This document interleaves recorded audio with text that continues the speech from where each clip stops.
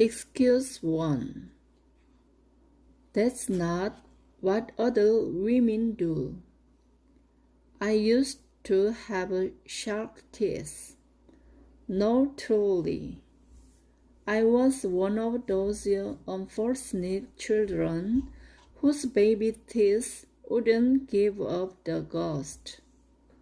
Rather than shuffle out the door like any self-respecting insider, they held on for dear life. Simultaneously, my adult teeth were having none of it. They came barreling into town like an aggressive in-law and took up residency. I had 2 rows of teeth, shark teeth.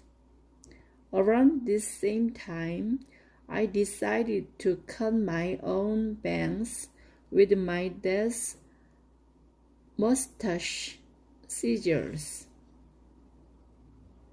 Now, to give myself a little credit, I did recognize that this wasn't the smartest course of action.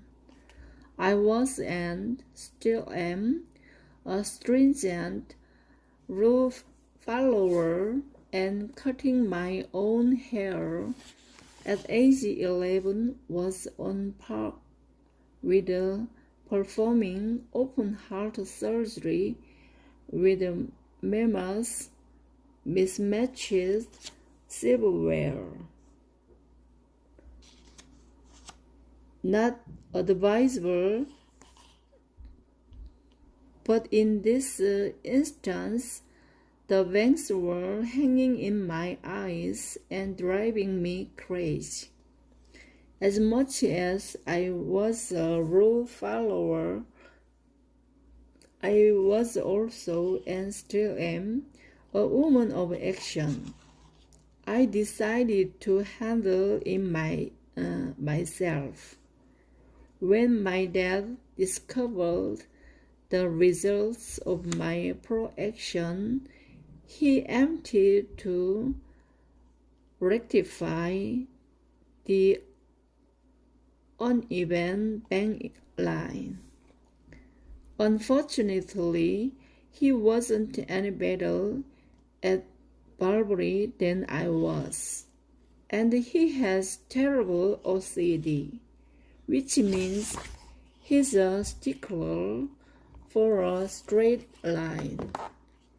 He kept cutting my bangs shorter and shorter, trying to get the edges neat until they were barely longer than an eyelash. My 5th grade pictures were a sight to behold. Did I mention that I shaved my eyebrows in those days too? I didn't know how to pluck them yet. I only knew that I didn't want a unibrow any longer, and sliding my big sister's razor down the middle of my forehead seemed like the right choice. I was also chubby, and I played the 5th chair clarinet. I was awkward, and my hair was frizzy, and I was always twice the size of the cheerleaders and dressed in Goodwill clothes that rarely fit at all.